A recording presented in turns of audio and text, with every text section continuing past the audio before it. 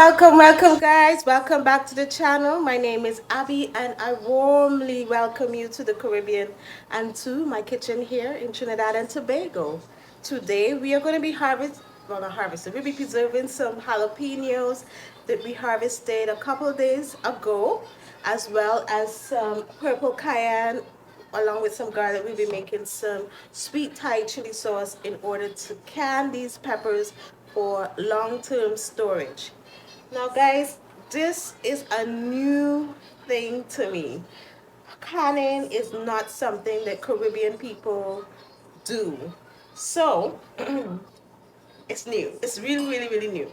So the apparatus that I'll be using today is what we normally get in the grocery store, and this is what we get with our jam. We buy guava jam. That's something I'm hoping that I'll be able to stop doing if I can just get enough guavas to be able to make our own jam to can for ourselves.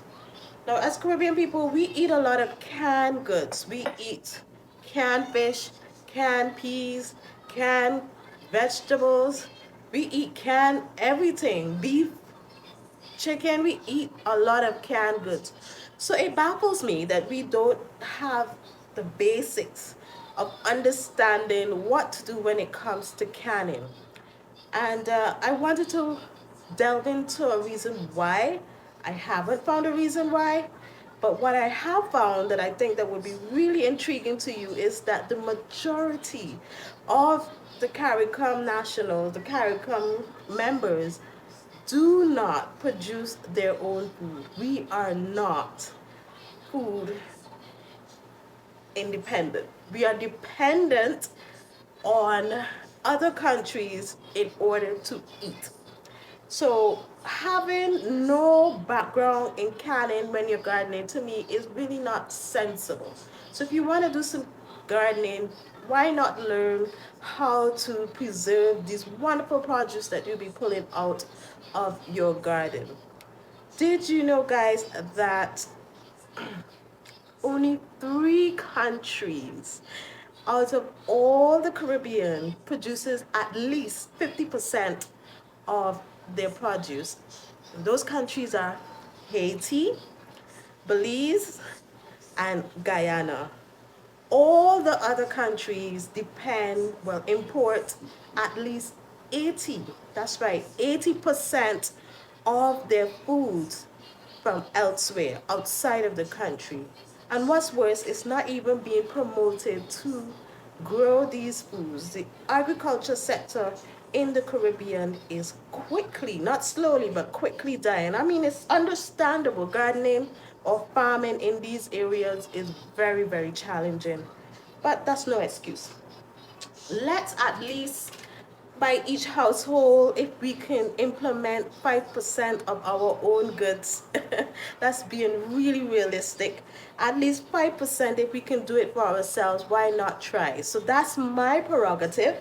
That's what I am trying to do here. So that's why canning is really important to me, because we buy a lot of condiments. We buy a lot of canned items. And if I can get this skill under my belt, so to speak, I think that would be really, really good. But what I also want to do is to share this with you, my Caribbean people. Don't just say, it's too hard. It's really not. So we're going to be doing some water bath canning today, and we'll be using jars that we can get, what we already have, guys, from previous purchases that we would have done from the grocery store. Like I said, I bought this like a guava jam. So the important thing to do is, when you're using your jar, to get it all cleaned up. You want to get all that paper off, all that glue off, get all the food off of the rim of the jar. Get it very, very clean. And just before you are about to can, you want to sterilize all your items. What you do not want to do, because what I'm trying to do is to can so that I can put into the cupboard.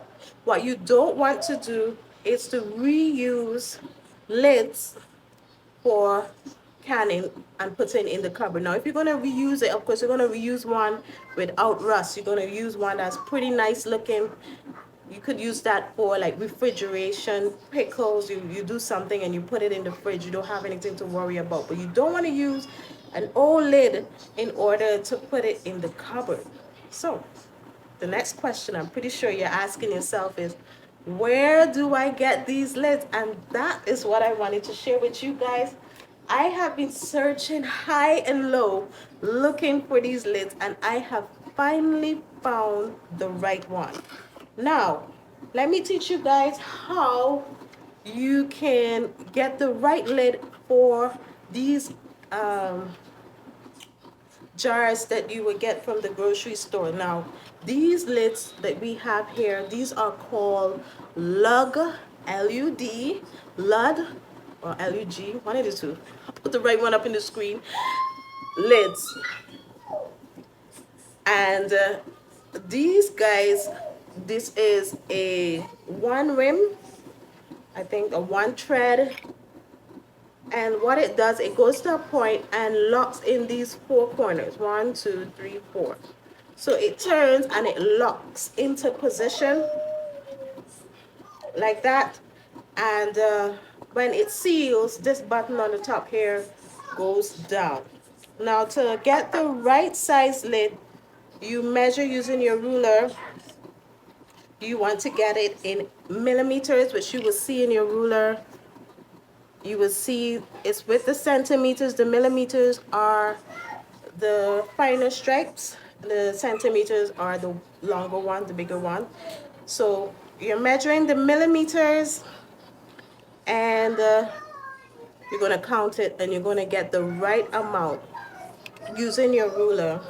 And what you're going to do is that you're going to go on the web, and the size, the amount of millimeters the width of your jar lid is, you're going to put in that number along with TW.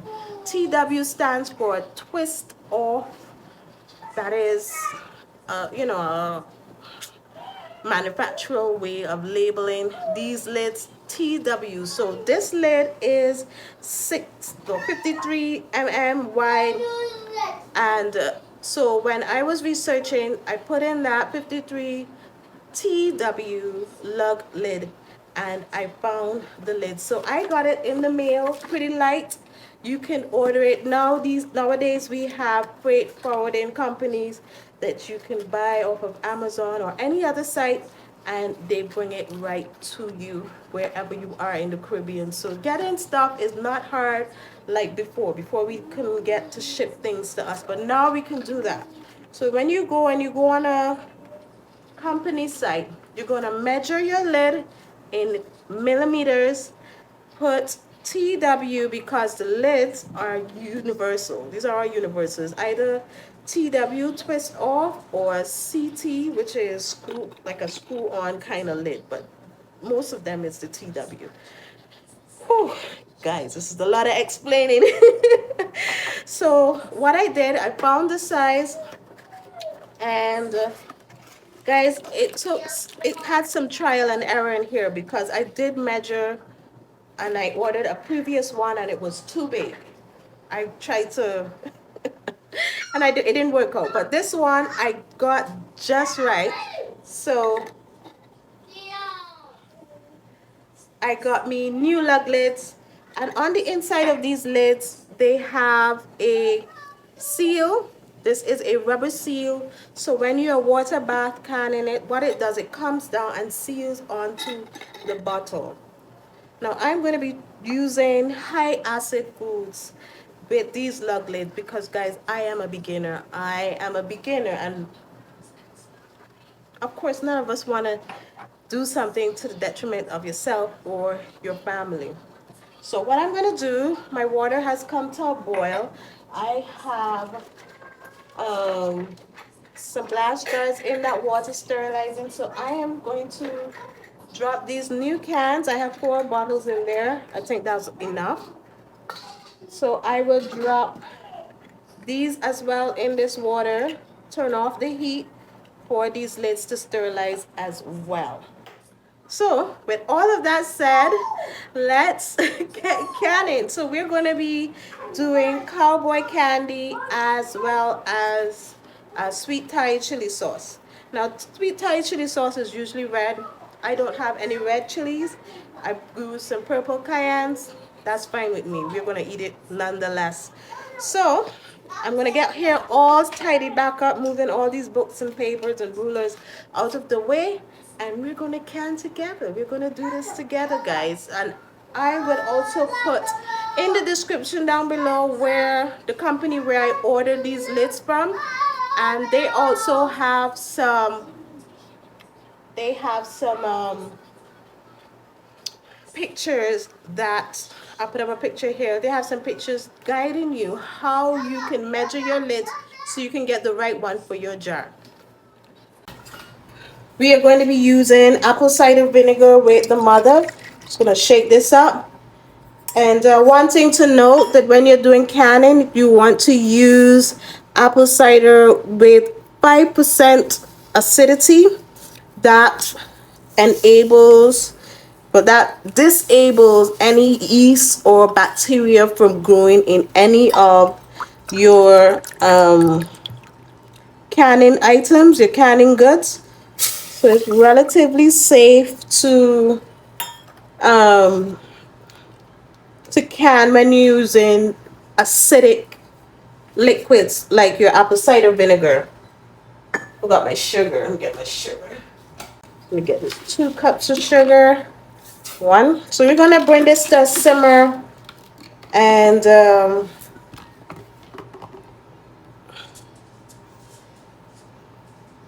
we'll put some molasses. Okay. So we're gonna bring this to a simmer, and then we're gonna add our jalapenos and our salt and allow this to come to a boil. Of course, we're gonna stir this and allow the sugar to dissolve. And when I add all these jalapenos to this mixture, I'm going to allow it to simmer for 5 minutes, and that's it. We will have our cowboy or cowgirl candy. We almost forgot the salt. So the recipe calls for 2 teaspoons salt, but since I have it, we were going to use 1 teaspoon salt, and it must be a non-iodized salt. So I got me this pink Himalayan salt, which has no iodine in it or caking agent, anti-caking ingredients in it. So we're going to take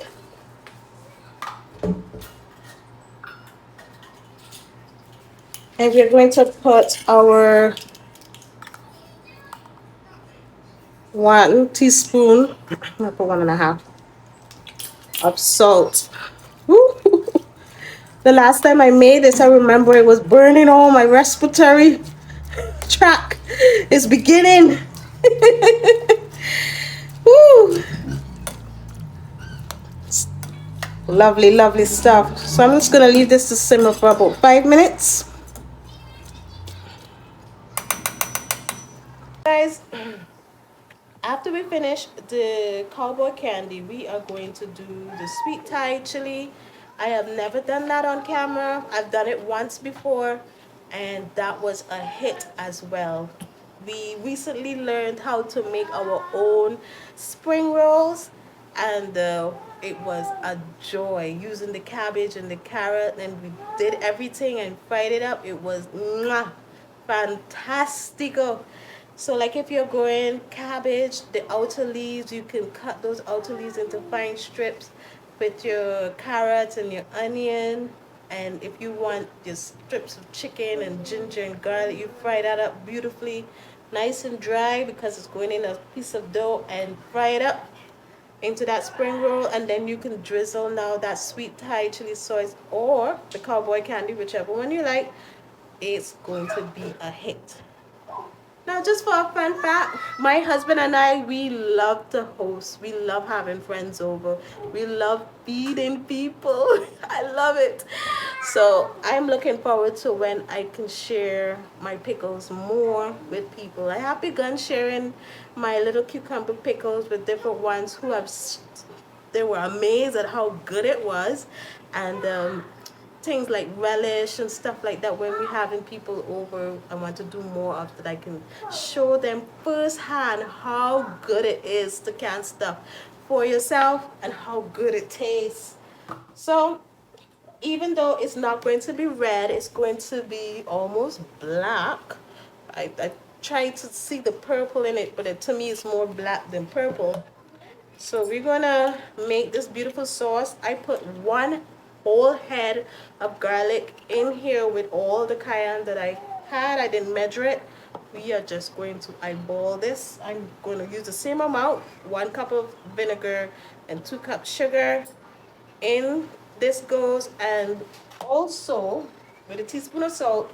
Also, in order to thicken this, to give that authentic thickness of the sweet Thai chili sauce, we are going to use corn flour along, a little paste. We're going to stir that in and thicken this one into a nice gel-like um, consistency. And I'm thinking, like with the spring rolls, and sometimes you can make a cheese pizza and just drizzle this sweet Thai on top. Whoa! It's surely heating up in here, guys. Surely, surely heating up in here. It smells super good, but Lord. So we are at that mark where we are going to turn off this cowboy candy, and we're going to start on our sweet Thai chili sauce. All right, so you can see how nice and cooked down that is. When it's now finished, it is spicy, but I found that the longer it sits, it becomes less spicy and more flavorful. The beauty of the jalapenos ring a lot more. So we're gonna move that to the side, and now we're gonna get our second pot all ready, and we're gonna start off again with our 1 cup. We measured sugar in here before, so we're just gonna pour in here the 1 cup of apple cider and get that in there, and see if we like that. And if we don't, we will just go in, because I'm almost out, in the smaller jar, but we buy in bulk. So if I don't like it, then we can always put more sugar in.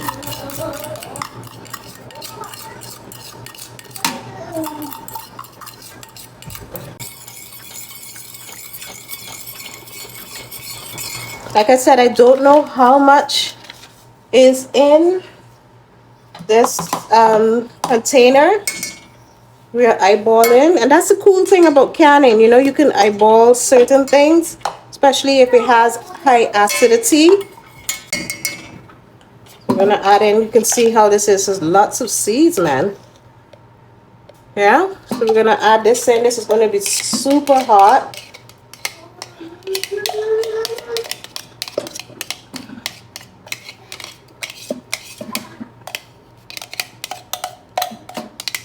Yeah, so like I said, it's not gonna be the pretty red that we know. And that's quite all right. Purple cayenne. Whatever you grow, learn to preserve it. Learn to find a way to preserve it in a way that you will cook it later down. Let's get this 1 teaspoon of salt.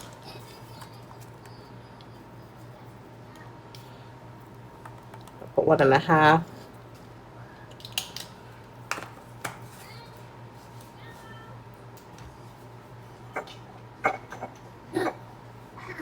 And right now we need to make this paste for When this starts to simmer, that we can thicken up this sauce into a nice gel-like consistency. All right, so we're gonna start off with 1 tablespoon of um, corn flour to 2 tablespoons water.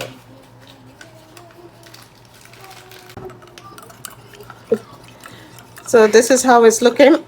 Oh my God. Woo.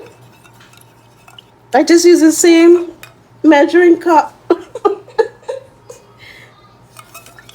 with the sugar and vinegar because I don't want a whole lot of dishes. And that's how it is. That's just the 1 tablespoon corn flour to the 2 tablespoons water. So yeah, came to a quick boil. Came to a quick boil here, and so now I'm gonna add in my mixture, the corn flour mixture. Now you can overdo this. So just as you start to see that corn start to see how it started to get a little milky.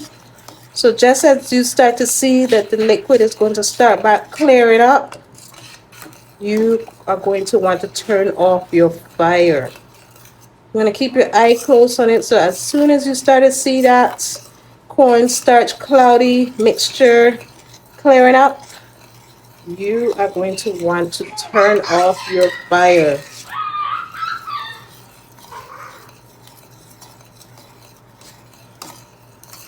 So it's starting to clear up here.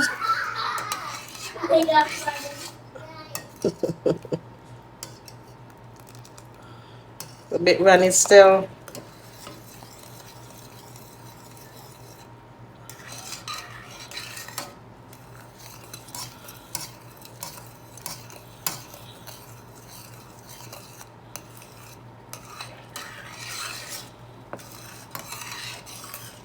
Lovely. So now that cloudiness is all gone, I'm going to turn off my fire, and that's it. That's it, my people. You have your sweet Thai chili sauce. Something that we probably will pay $40 for in the grocery store. We grew it right outside besides the garlic, the sugar, the vinegar. We made it right here at home, knowing exactly what is inside our condiments. Great. Just like that, we made our own condiments that would be shelf ready. So now let's get canning together. Let's put it into the canner and get these things all jarred up. Now what I want to mention is that those jars are still in the hot water and both liquids are hot. So I am going to spoon these guys right into these jars and get them back into the boiling water so that we can get it all sealed up. I certainly have a lot more things to get to continue this journey of canning.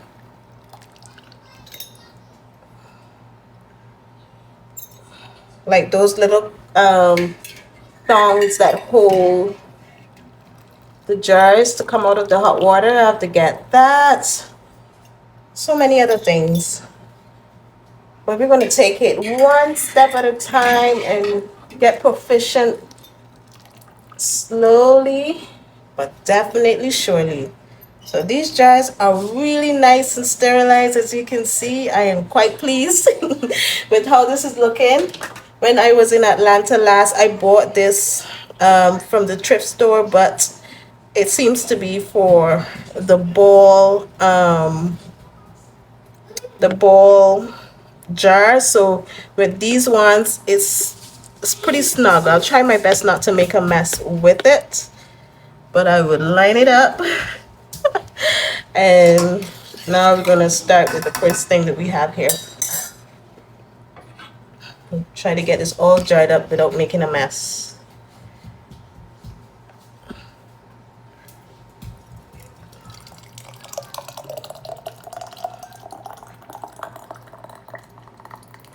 Beautiful. So I have a little left that's not going to fill a jar. So I'm just going to put that in a regular jar, and we'll start using from that one first. With this one, let me get the cover. All right. We got a cover, and it's nice and hot. Oh, I'm supposed to clean the cover, I think. Okay, right back. All right, so I'm back. I got me a a piece of napkin with some vinegar. This is all the research, guys, making sure that there's no stickiness on the rim. Cleaning off anything there. It smells really good. I don't exaggerate when it comes to food. If it's good, it's good. If it's not, it's not. This is really good. So I'm going to turn this on. So don't over tighten, just turn it on. Great. And we're going to put this back in the hot water in a minute. So let's can up. We can see how this one is looking in the jar. Looks really good, guys. All right. So let's can up now the Cowboy candy.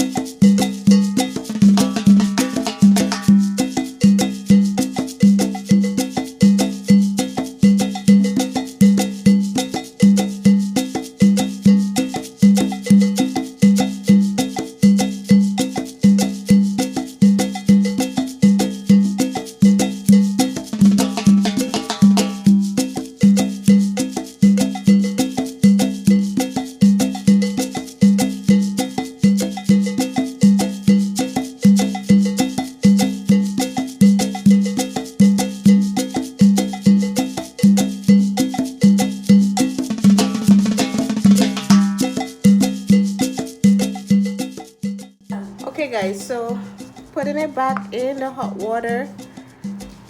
I have a towel inside the pot to buffer the cans from the direct heat at the bottom of the pot. Oh, ouch, ouchie, ouchie. Okay. Whew, that's hot. Let's see if we could drag that towel over.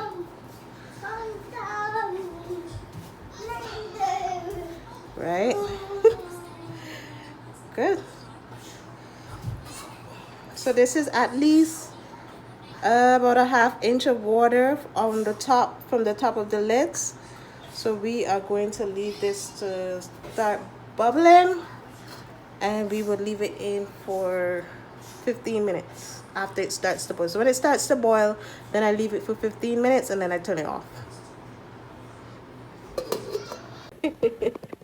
Now guys, I am fully aware that as a beginner I may not be explaining this properly. I'm pretty much aware of this, guys, very much aware of it, in fact. But my intention is to encourage you guys to grow, well, to preserve the little that you're getting from your garden. So I got about 1.5 pounds of jalapenos, and I got 3 jars of cowgirl candy. How long is that gonna last me as a family of 4, and it's just mommy and daddy? And when we do have our friends over, you know, it's gonna last a while, at least 6 months, 7 months. It's not gonna finish all in one. I might be thick, but I don't eat that much. But it's gonna last us a good while, guys. So that's just a bit of savings right there, and knowing exactly what is in it, knowing that, you know, there's not too many additives to it. It's pretty good. It's pretty exciting. So I want to encourage you guys to give it a try. Give it a go. And the flavor profile of these things is exquisite. I promise you. I will not let you down in this assessment. Homemade canned stuff is astronomical in comparison to what you buy in the grocery store. So take back that 5% and start canning, guys. Start doing something. Start trying it out, my Caribbean people. It is worthwhile. Well, so I think. Guys, I want to thank you so much for joining me today. Hopefully, you learned something from me. One thing I want you to remember is that we are not food secure as a chain of islands. We are so dependent on bigger countries, and even if it is one pot you are growing in your patio, in your yard, one pak choy, and you can pull off those leaves to add to a dish every day, you're taking back at least 0.5% in being able to produce something for your household. Just takes a little bit of dirt, a pot, a seed, or a seedling if you don't want to start, and get started on your garden, guys. You will not regret it. Guys, thanks for joining me today. I'll see you guys in the next one. Oh, you were supposed to test it out. I'll see you in 20 minutes. Pretty good. Guys, if you're enjoying this video, please give me a big thumbs up. Give me a big thumbs up. Give me a spicy thumbs up. Spicy, spicy. Give me a good spicy thumbs up. And also, guys, if you haven't already, subscribe and share the video to people who may also enjoy content like this, who would love to be able to learn along with me how to do these cannon, and also for motivation to get started if they don't have it. Okay, guys, so this has been bubbling for the last 15 minutes, so I'm going to turn off the stove now and try to find a way to get these jars out of this pot. Morning, guys. It's the next day and the jars are all cool. So I just want to show you guys how it looks the next day. I'm pretty amazed that the purple cayenne is now pink. Let me show you guys. So this is how it's looking the next day, guys. First of all, before I highlight the color of the cayenne, the buttons, you can see all of them, they are indented. There's no play. Usually if you press it, it would go up and down, but they are all well sealed with the water bath cannon. And this is the purple cayenne. It's all pink with the specks of white of the garlic in there. It's pretty nice. So it did, the purple cayenne does not stay that deep dark color, but it lightens into this light pink color. And this is how the cowgirl candy or cowboy candy is doing. It looks pretty impressive this morning. So guys, this is where I'm going to leave you for today. I want to thank you guys once again for spending your time with me. I hope that you learned something of value and that you're motivated to join me as well. See you guys in the next one. Bye.